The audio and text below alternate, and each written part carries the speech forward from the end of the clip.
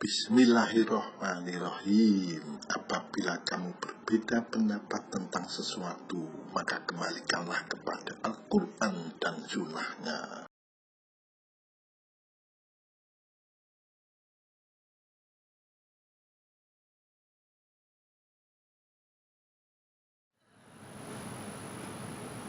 Bapak Ibu hadirin dan undangan yang berbahagia. Pertemuan pada pagi hari ini adalah pertemuan terlengkap kita.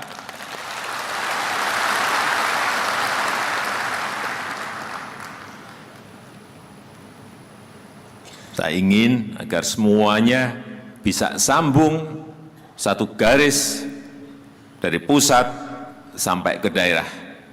Dan juga perlu saya sampaikan, mengelola negara sebesar negara kita, Indonesia ini, tidaklah mudah. Beda dengan negara-negara yang lain. Jumlah penduduknya saja, sekarang sudah 267. Jumlah pulaunya, 17.000 pulau. Beragamnya budaya, suku, agama juga semakin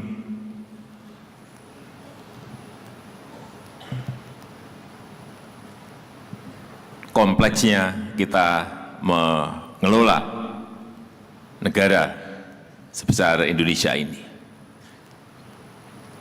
Kita tahu tantangan dunia sekarang ini, meskipun sudah berkali-kali saya sampaikan, perlu saya ingatkan lagi.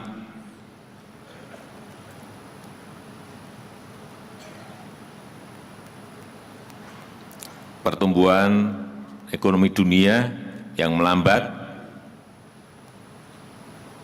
yang itu juga berdampak hampir ke semua negara. Artinya ada tantangan eksternal yang kita hadapi. Pada saat saya telepon ke Presiden Bank Dunia, David Maplas, beliau menyampaikan hati-hati Presiden Jokowi, dunia posisinya masih seperti ini, dan tahun depan kemungkinan akan lebih sulit, karena kemungkinan dunia akan menuju pada sebuah resesi.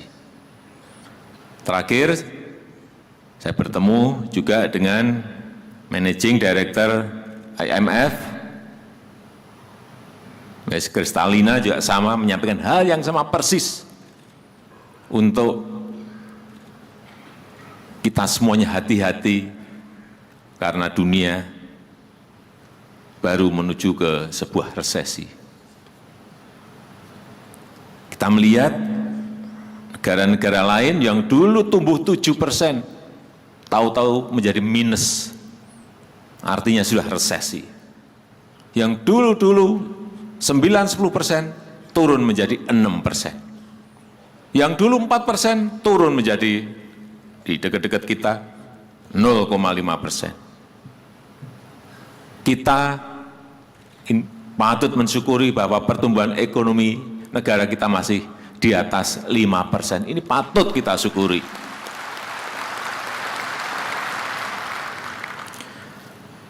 Kemudian juga karena interaksi, komunikasi, interaksi sosial antar manusia, antar orang. Sekarang ini begitu sangat mudahnya, lewat WA, lewat SMS, begitu sangat gampangnya. Banyak sekali terjadi perubahan-perubahan perilaku manusia, karena perubahan interaksi sosial dan berkomunikasi. Oleh sebab itu hati-hati dalam menangani setiap peristiwa sekecil apapun. Ini saya titip, ini terutama untuk jajaran TNI dan Polri. Melihat sekecil apapun sebuah peristiwa, jangan menggampangkan. Karena dunia sekarang ini penuh dengan, negara-negara ini penuh dengan diskonten, ketidakpuasan. Hati-hati. Di Hong Kong ini sudah lebih dari 5 bulan demo setiap hari, 5 hari. Sehingga negara itu menuju ke sebuah resesi dari yang sebelumnya ekonominya sangat bagus.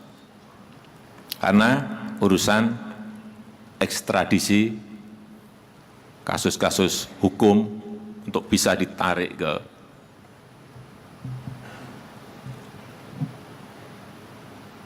China daratan. Mereka tidak mau, akhirnya demo. Urusan yang sebetulnya sebelumnya tidak diperkirakan. Di Chili juga sama. Urusan kenaikan tarif transport yang hanya 4% menjadi gelombang demo sehingga efek yang harusnya dilaksanakan bulan ini di sana dibatalkan. Hati-hati diskonten seperti ini. Kemudian di Bolivia, karena sengketa pemilu yang tidak ditangani secara preventif dengan baik, akhirnya Presiden Evo Morales mundur. Dan contoh-contoh diskonten di negara-negara yang lain yang sekarang ini mulai banyak muncul. Hati-hati menangani hal yang kecil.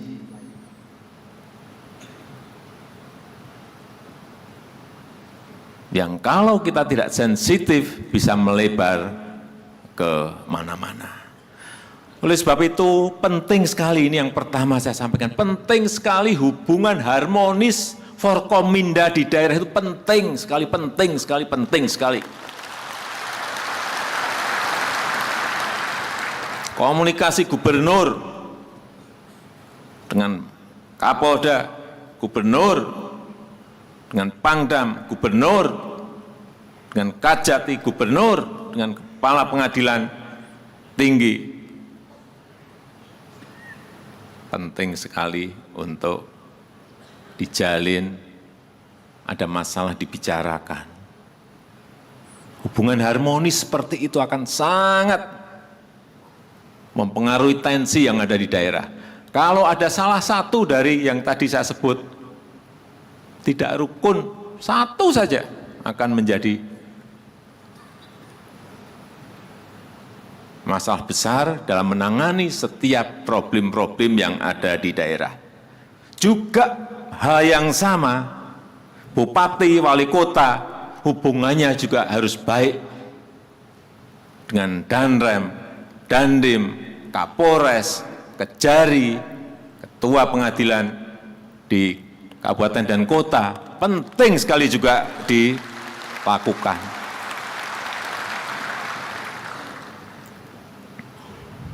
Dan saya titip, ada kesempatan yang ini, kalau ada persoalan hukum, dan itu sudah kelihatan di awal-awal, preventif dulu. Diingatkan dulu, jangan ditunggu, kemudian peristiwa terjadi baru setuju semuanya?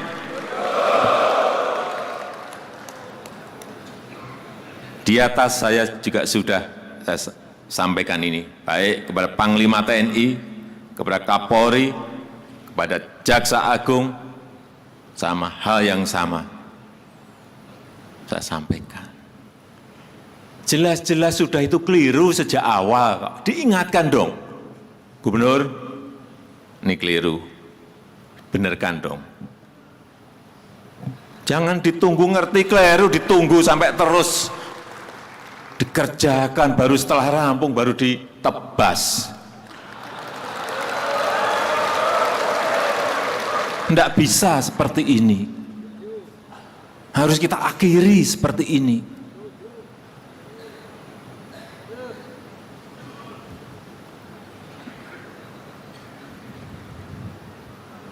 Jangan sampai ini kejadian. Baik itu di Kejari, baik itu di Kejati, baik itu di Polres, yang menyangkut hukum, baik itu di Polda yang menyangkut masalah ini.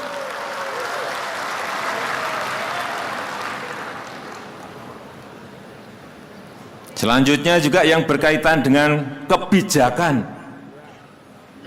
Kebijakan. Jangan ada yang namanya kebijakan itu yang dikriminalisasi,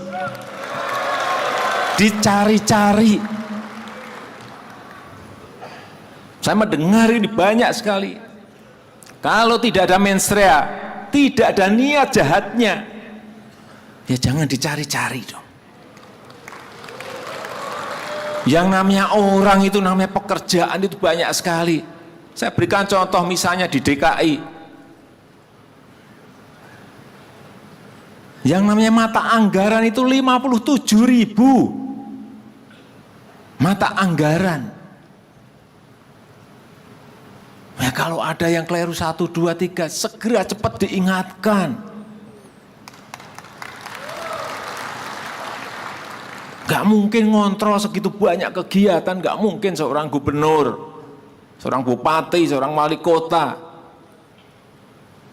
Diingatkan awal-awal sebelum dia bekerja, melaksanakan program itu. Inilah yang kita harapkan, mindset kita, pola pikir kita rubah. Semuanya dalam bentuk pelayanan-pelayanan kepada masyarakat. Jadi lelang, yang namanya lelang, pengadaan barang dan jasa, ini yang bertahun-tahun sejak saya masuk ke pemerintahan 15 tahun yang lalu sampai sekarang ini belum berubah banyak dalam pengadaan barang dan jasa. Kenapa sih kita tidak mulai yang namanya lelang? Lelang pengadaan barang dan jasa itu dimulai bulan Januari. Kenapa terus kita menunggu-nunggu sampai September baru lelang? Ada apa ini? Sehingga kualitas barang yang dihasilkan, kualitas produk yang dihasilkan menjadi jelek. Itu pasti pekerjaan yang dilakukan di akhir-akhir. Bulan November masih ada lelang. Bulan November itu masih ada lelang. Coba cek di LKPP. Yang namanya e-procurement. Bukan yang e-purchasing, tapi yang e-tendering. E-tendering yang konstruksi 31 triliun itu masih dimulai di bulan November. 31 triliun e-tendering konstruksi di bulan November. Ini mau apa? Jadi barang apa nanti? Ini konstruksi loh ya. Bukan pengadaan barang dan jasa. Kayak gini diterus-teruskan. Mau jadi apa barang itu? Kalau ada jembatan ambruk, ada SD ambruk, ada gedung SMP ambruk, ya nggak kaget saya. Pas bulan basah, hanya waktu tinggal 2 bulan, dikerjakan. Mau jadi barang apa coba? Kenapa sih tidak dimulai bulan Januari lelangnya? Pelaksanaannya bulan Maret, selesai bulan Agustus atau September selesai.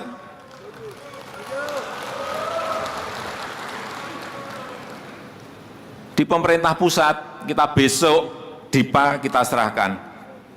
Dan hari itu juga pasti saya perintah terutama yang pekerjaannya gede-gede. Kementerian PU pasti langsung lelang paginya. Kementerian Perhubungan pasti langsung lelang. Karena pekerjaannya besar sekali. Kalau tidak seperti itu, artinya tahun belum mulai lelang sudah bisa dilaksanakan.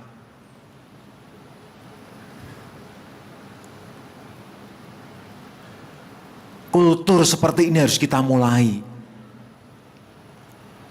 Meskipun sudah berapa kali juga saya ingatkan, kultur seperti ini harus dimulai.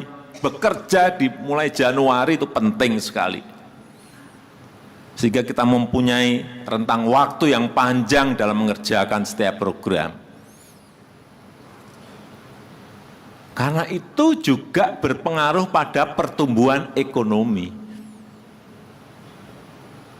Kalau Januari dimulai, pertumbuhan ekonomi itu juga akan terpengaruh karena peredaran uang akan semakin banyak yang ada di daerah, yang ada di masyarakat. Tapi model seperti ini kok diterus-teruskan terus. Kemarin saya cek LKPP, yang e-tendering 31 triliun tender konstruksi masih berjalan. Nah, tolong ini dicatat.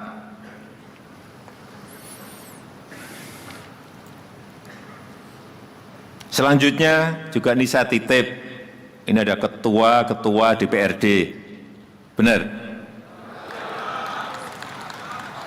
Gubernur, Bupati, Wali Kota, ada semuanya. Saya sudah pesan kepada ketua dan pimpinan DPR, ini saya pesan juga kepada ketua DPRD Provinsi, Kabupaten dan Kota, serta juga Gubernur, Bupati, dan Wali Kota. Jangan banyak-banyak membuat perda.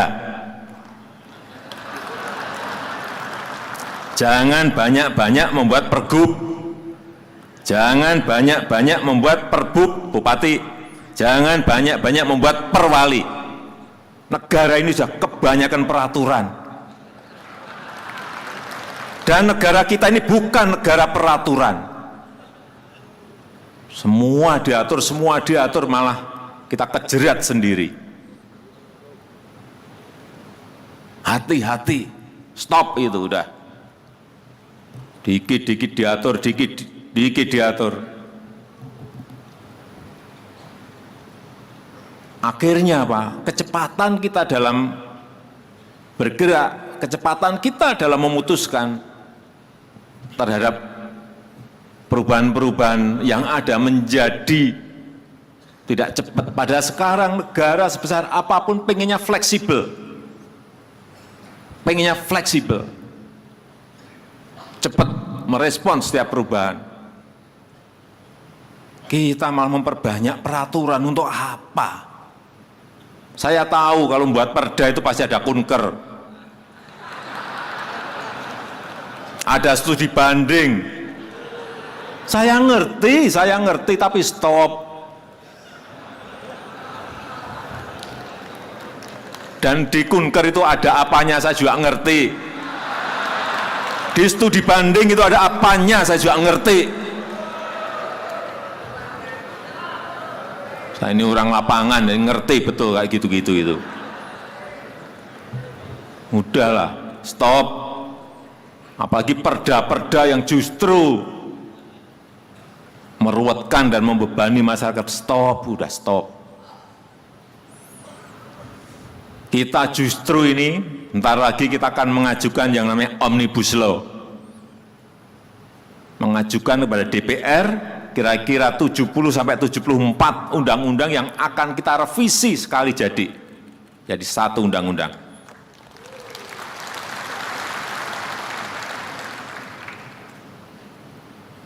Minggu yang lalu saya bertemu dengan Sekretari Ross dari Amerika. Ini tangan kanannya Presiden Trump. Apa yang beliau sampaikan pada saya. Sekarang ini Presiden Jokowi di Amerika, itu kalau menteri mau membuat peraturan menteri, satu, dia harus menghapus 2 peraturan menteri yang sebelumnya. Tahu?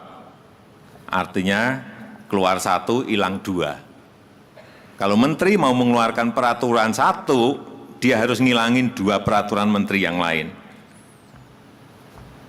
Nah, kita ini memproduksi terus setiap hari ini mau apa? Sehingga fleksibilitas kita ini tidak cepat. Pergerakan kita ini menjadi lambat dan tidak cepat. Ini yang harus dihilangkan.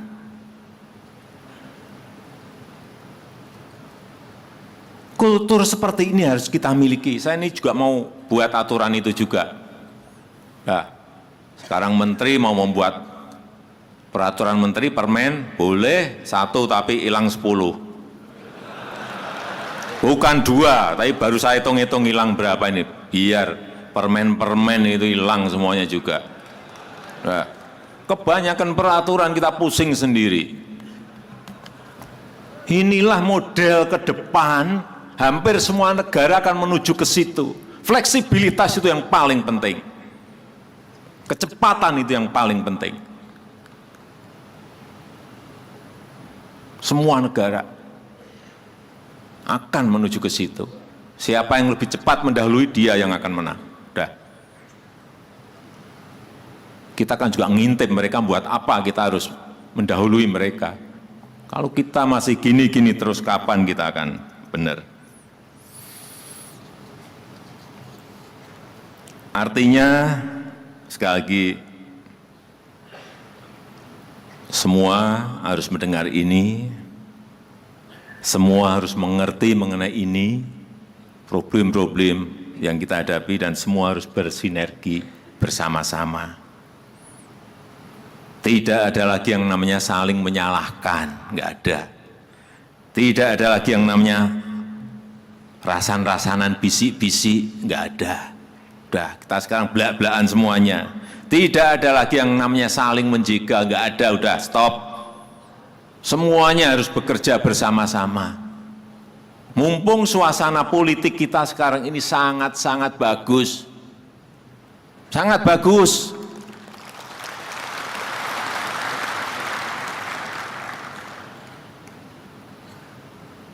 Ini yang terus harus kita rawat dan kita jaga. Semua saling menjalankan tugas masing-masing, tapi saling berkomunikasi, saling terbuka, dan bersama-sama kita menjaga agenda besar bangsa ini. Menjaga ketertiban sosial, menjaga kerukunan nasional, menjaga persatuan nasional kita. Itu wajib. Wajib.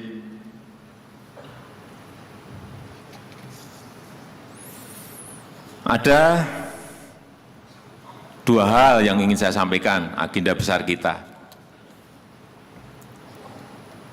Yang pertama, yang berkaitan dengan cipta lapangan kerja. Semua sekarang ini harus mengarah ke sana, penciptaan lapangan kerja. Jadi kalau yang berhubungan dengan ini, saya minta semuanya dukung. Artinya apa? Iklim investasi harus betul-betul kita perbaiki. Kalau ada investasi datang ke sebuah daerah, bukan urusannya gubernur, bupati, dan wali kota. Tapi juga semuanya urusan keamanan, urusan kelancaran proses-proses perizinan, semuanya harus memberikan dukungan. Polri, TNI, Kejaksaan, semuanya memberikan dukungan ke sana. Sehingga investasi itu muncul ke sebuah daerah dan bisa direalisasi. Yang terjadi sekarang ini kita kalah semuanya. Ekspor kita, saya berikan contoh, ekspor kita kalah kalau dengan Singapura kalah jauh. Dengan Malaysia kita kalah jauh. Dengan Filipina kalah, dengan Thailand kalah. Terakhir kita dengan Vietnam juga kalah. Di antara 10 negara ASEAN. Apa kita mau kalah dengan Laos, dengan Kamboja? Enggak. Stop. Enggak mau kita. Oleh sebab itu jangan kita biarkan investasi yang sudah masuk ke sebuah daerah, masuk ke negara ini sudah buka pintu. Sudah ada minat, tidak bisa realisasi. Gara-gara yang paling banyak adalah mereka tidak dilayani dengan baik. Izin nggak diurus oleh kita. Harusnya kita ini melayani. Apa yang kurang, Pak? Oh ini ya, dilayani secepat-cepatnya sehingga bisa realisasi dan memunculkan yang namanya lapangan pekerjaan bagi rakyat kita. Ingat, masih 7 juta rakyat kita yang, anak-anak kita yang belum memiliki pekerjaan. Ini tugas kita bersama.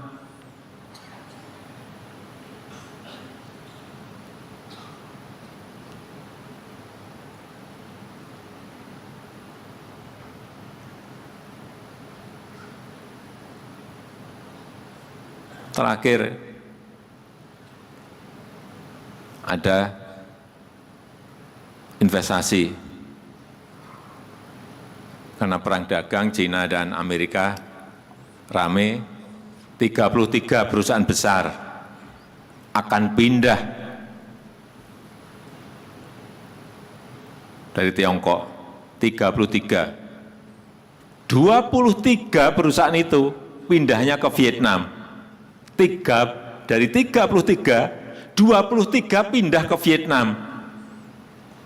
Coba, padahal kita punya sumber daya alam, punya sumber daya manusia yang melimpah. Kok pindahnya ke sana?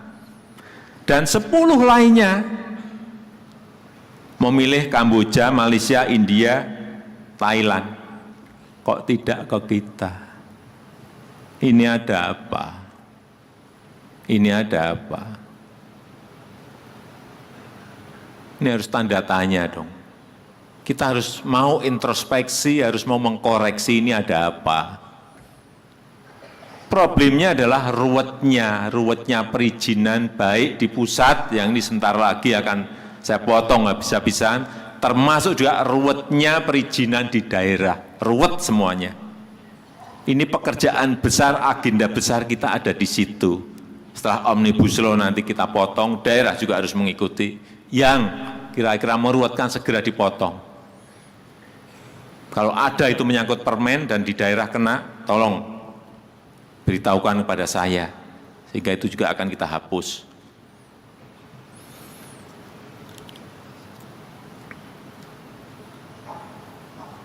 Kembali lagi, urusan yang berkaitan dengan investasi, dengan ekspor.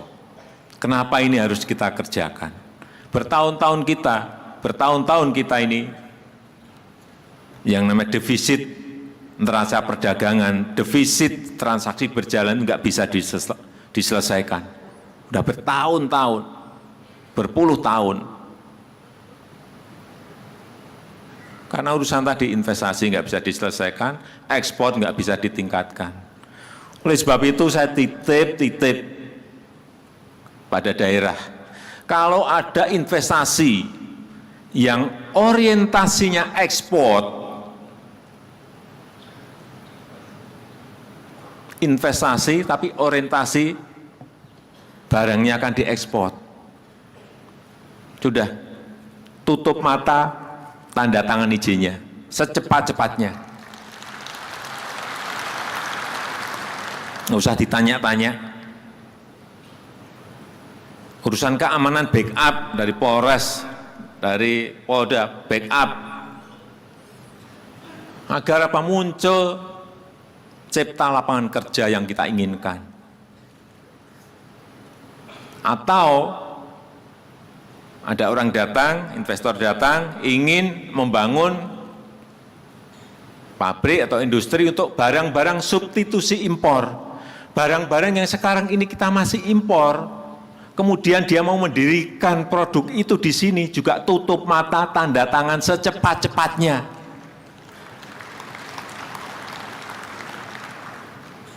Nggak usah ditanya. Udah, saya beri izin sekarang. Tapi kamu mulai kapan? Besok? Langsung digitukan. Di lapangan ada problem apa? Pembebasan lahan, bantu. Biar segera terrealisasi. Sehingga current account defisit kita menjadi baik, defisit neraca perdagangan kita menjadi baik.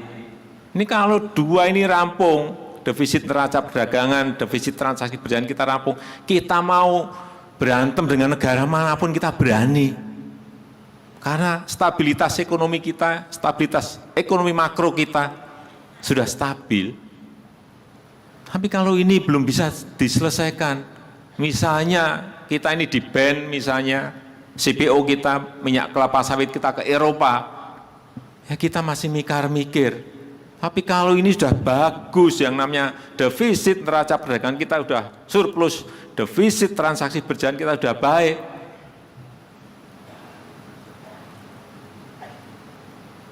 Dia nge-ban CPO kita, ya kita gantian, kita potong impor mobil, impor barang-barang dari sana, udah stop juga, berani kita. Tapi kalau posisinya masih seperti ini ya kita hitung-hitungan,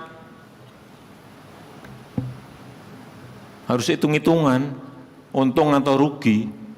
Inilah, kita akan berdaulat betul kalau kita bisa menyelesaikan ini. Dan jalan yang kita tempuh tadi yang saya sampaikan.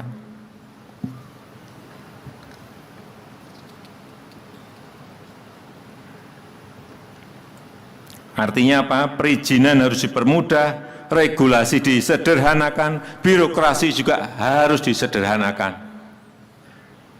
Kenapa saya menyampaikan dulu? Eselon 1, eselon 2, eselon 3, eselon 4. Ini harus mulai kita lihat untuk kita pangkas agar lebih sederhana organisasi kita.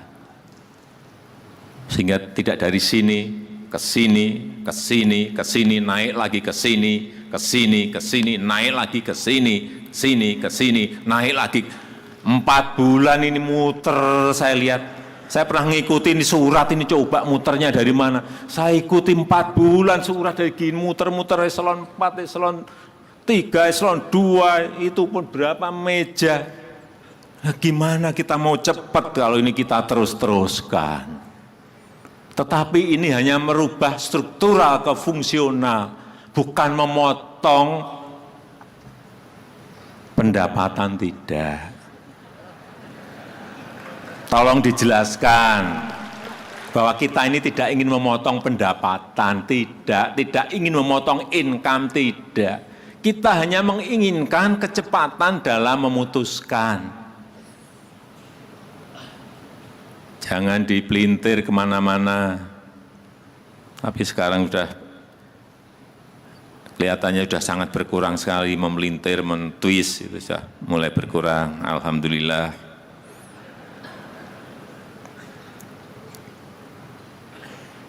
Kepastian hukum dijaga. Tidak ada pungli, tidak ada korupsi di situ dalam perizinan-perizinan. Dijaga. Rasa aman harus dijamin, TNI, Polri, ini penting sekali. Jangan sampai kita dilihat, dipotret dari luar itu, negara ini dianggap tidak aman. Ini berbahaya sekali. Yang di dalam juga enggak mau membuka usaha, yang di luar apalagi.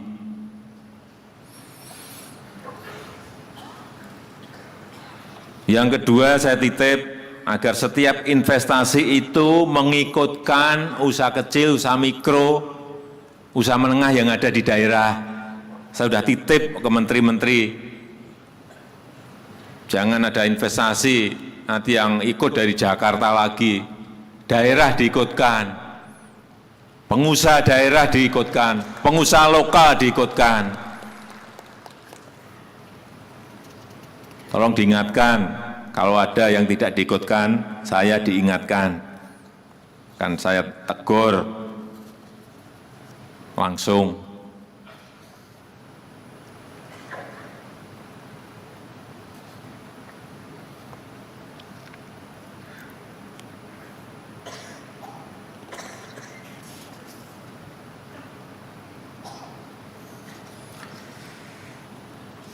Saya rasa itu mungkin yang bisa saya sampaikan pada kesempatan yang baik ini. Kembali lagi, perlu saya sampaikan bahwa kecepatan kita dalam bekerja, kecepatan kita dalam melayani ini sangat penting sekali. bagi kita semuanya, kepada para penegak hukum, Kapolda, Kapolres, Kejati, Kajari, Ketua Pengadilan Tinggi dan Negeri, tugas saudara-saudara semuanya adalah menegakkan hukum, mendukung agenda strategis bangsa, dan saya ingatkan juga jangan menggigit orang yang benar. Kalau yang salah silahkan digigit, tapi yang benar jangan sampai digigit dan jangan pura-pura salah gigit.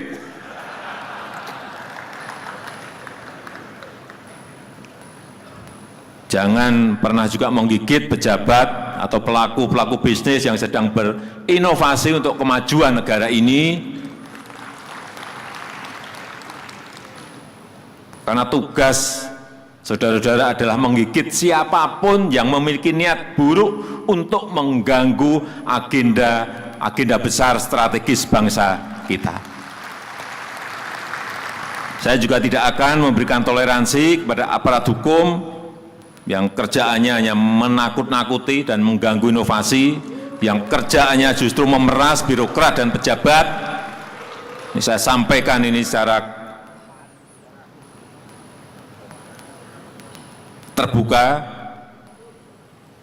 pada kesempatan yang baik ini, yang kerjaannya memeras para pelaku usaha. Saya mendengar banyak sekali, ini akan saya inventarisasi dan saya akan perintahkan nanti entah ke Kapolri, entah ke Pak Jaksa Agung, ini ada ini, di Kejari ini, di Kejati ini, di Polda ini, di Polres ini, tolong cek, langsung copot, pecat, itu aja udah. Itu stop, kayak gitu harus stop, jangan diterus-teruskan. Kepada Pangdam dan Rem dan Dim, seluruh jajaran TNI, kebesaran TNI harus digunakan untuk menjaga pertahanan, keamanan, persatuan. Kewibawaan TNI harus dimanfaatkan untuk mendukung agenda-agenda besar bangsa ini. Saya titip berkali-kali kepada Panglima TNI. Rakyat sangat berharap pada kontribusi yang diberikan dari TNI dan Polri. Sekali lagi, cipta lapangan kerja itu agenda besar bangsa kita, meningkatkan ekspor, menurunkan impor juga agenda besar bangsa kita. Jangan pernah ada yang bermain-main di area ini. Saya sudah wanti-wanti betul, di area ini kalau masih ada yang main-main, saya gigit sendiri. Akan saya gigit sendiri. Nah, 5 tahun kemarin saya detailkan lagi ini apa nih, ini kok nggak jalan apa, ini kok nggak jalan apa. Oh di sini, saya sudah mulai ngerti, oh di sini. Sudah mulai ngerti ya, oh di sini. Saya sudah mulai ngerti, oh di sini. Saya sudah mulai ngerti. Kalau masih diteruskan ini saya ingatkan pagi hari ini, kalau masih ada yang main-main, sekali lagi, yang gigit saya sendiri. Lewat cara saya, bisa lewat KPK, bisa lewat Polri, bisa lewat Kejaksaan, akan saya bisikin aja. Di sana ada yang main-main. Ya masa saya mau gigit sendiri kan tidak mungkin.